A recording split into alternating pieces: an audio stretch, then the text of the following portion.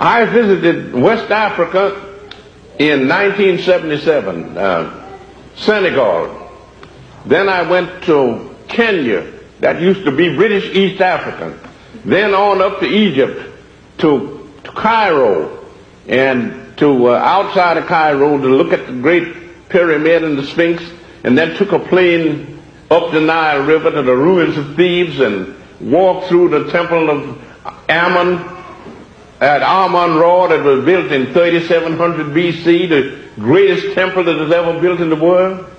And I saw all these great things. And we know that black people built all these things. And yet Hornby was supposed to be the greatest historian of his day, a professor at Oxford University. And he tells you that these people were white. And if you listen to these people, you'll get your mind terribly balled up. Down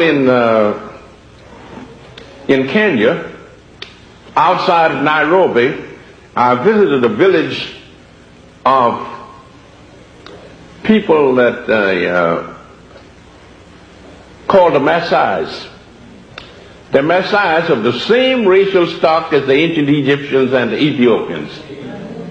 And while I'm standing there looking the village over, some of these people came up and I was shocked. All the authorities that I have consulted told me that these people were members of the white race. And they were blue-black. In Senegal, where they say the people are Negroes, most of them were sort of medium brown colored. None of them were actually black. But they are Negroes. And then you go over to East Africa among the Maasais, and most of them are blacker than a blackboard, and they are white people. So, I mean, if you're going to get the lowdown on history, you've got to use your own head, not somebody else's. Now, I found out that the Greeks, who were supposed to have been the founders of civilization because they were the first civilized white folks. But the Greeks got their civilization from the Egyptians. And the Egyptians were black people. And the Greeks passed their civilization on to the Romans. And the Romans are a very stupid, dumb bunch of people for the most part. They couldn't retain it. They lost it. They had a dark age in Europe for 500 years. And then another bunch of Africans, the Moors, from North Africa moved into Spain and started civilization all over again. So instead of Europe civilizing Africa, Africa has civilized Europe 2 times.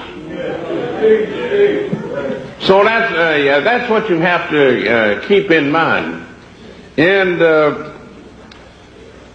now I want to say something about why it is that I have to be talking to you about African history.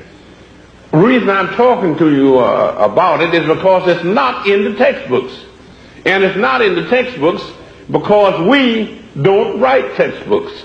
We have other people write the textbooks and they put that propaganda in there, and we are supposed to swallow it.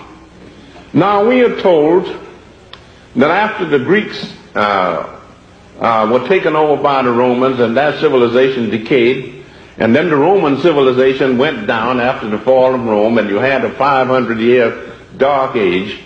We were told that Christianity re-civilized Europe and produced modern civilization. And we know, if we read the literature, that these white Christians of Europe are the dumbest people that ever lived. They said that the earth was flat like a pancake out in the vastness of space, with the sun and the moon and all the stars going around it. The ancient Egyptians in the Pyramid Age 6,000 years ago knew that the world was round.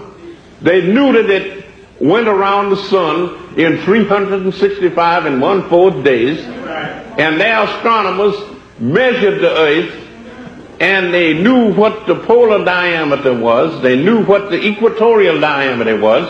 They measured the circumference of the earth, and they calculated it so accurately until modern astronomers said their error was only 1 yard.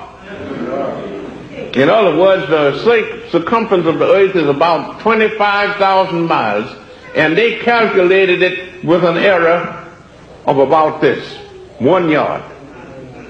So if you read history the way it happened and not the way other people wrote about it, you will find out that the black race created the civilization, created the white, civilized the white folks 2 times. So that you want to get some perspective on this. And the white folks took the religion of ancient Egypt, of Ethiopian Egypt, and balled it up completely.